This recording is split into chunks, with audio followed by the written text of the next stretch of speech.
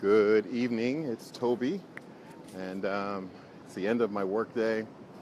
I am walking home along the coast here from Central Park, and wanted to bring my Wednesday message to you, which I want to thank my friend and colleague Michael Ray for because of our incredible conversation this morning.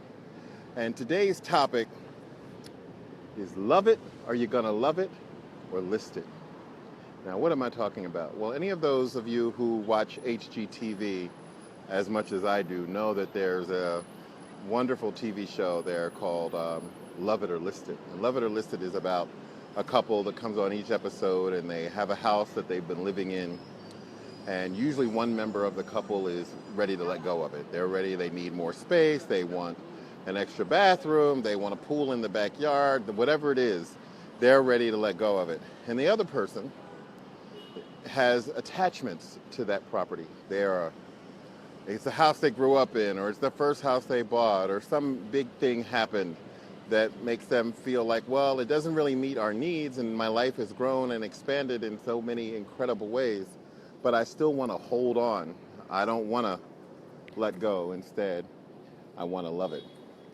So the two hosts come, and one actually sits down with a couple who set aside some of their resources, money, gives them a budget and says, here are all the things that we can do for this dollar amount. And then she sets out to do it, to make them love the house they're in. And others, there's another guy on the show who actually says, I'm going to take you, we're going to look at your budget, we're going to look at the potential collateral you could get from the property upgrades that you're about to make in the house that you're in, and see if we can get you the house of your dreams someplace else. And the whole show is all about what happens in our lives when we have to decide to take what we have and make an investment in making it be what we want or what we need at this moment in our lives, or whether we have to let go of what we have because it's ready for somebody else, so that we can actually go and step into that new home, that new dream, that new possibility.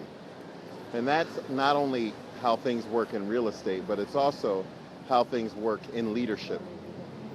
I often talk to people who are stuck in their jobs. They are stuck in their roles. They've invested time and energy. They feel like they didn't get all of the recognition or the promotions.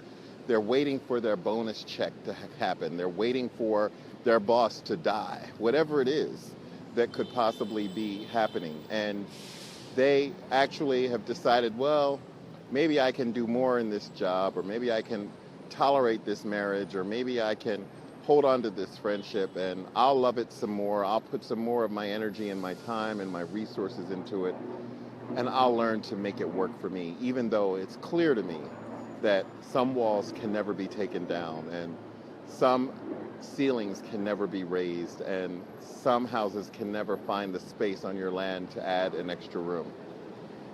It's just not possible.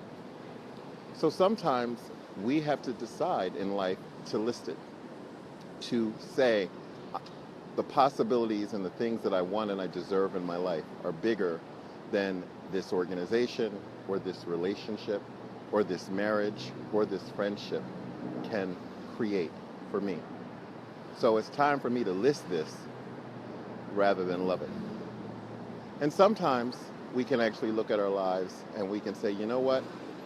The things that I think I want and the effort it's going to take to get them are not worth the investment. It's not worth the uprooting. It's not worth the change. And I can actually be quite happy with the things that are here if I just put a little more time and attention and sometimes tenderness in what is already a good house with great bones. And sometimes our relationships, our marriages, all of the things that seem like they aren't working or fitting with our needs just need us to take a little more of our resources and invest them in the fact that with maybe a little more paint, a little more time, a little more attention, a little more tenderness, a little more romance, a better job of listening, of paying closer attention, we can actually decide to love the things that are in our lives. So I think what's so great about this show is that it's not whether you love it or list it, it's why you love it or list it. That we often find ourselves in our lives having to make that choice, and it's not based upon necessarily what's happening in our lives or what's not happening or what the square footage is of the job or the role that you're in right now. But what a real assessment of what you need, what are the true metrics of happiness in your life? What are the true metrics of possibility and potential? What are the true metrics of serenity that live in your life? And do they require you to make an investment outside of the one that you have? Or can you actually just pay different attention and make a bigger investment in what you already have to increase the exponential of that property for your own future? So as we think about the relationships that we have, sometimes we have to list them. We all know that. It's time to let them go. It's time to stop investing in them. We're never going to get the return on our investment. And sometimes we have to branch out from the comfortable and step into the uncomfortable. We have to move into the new neighborhood. We have to be the new family. We have to be single, no longer partnered, so that we can actually create that new possibility in our lives. We have to quit our job rather than continue to put up with it or wait it out. So that's my message today. As you look at the things that are happening in your life, what are you loving and what are you listing? I'm going to talk to you again on Friday. I'm going to continue my walk home because I love it.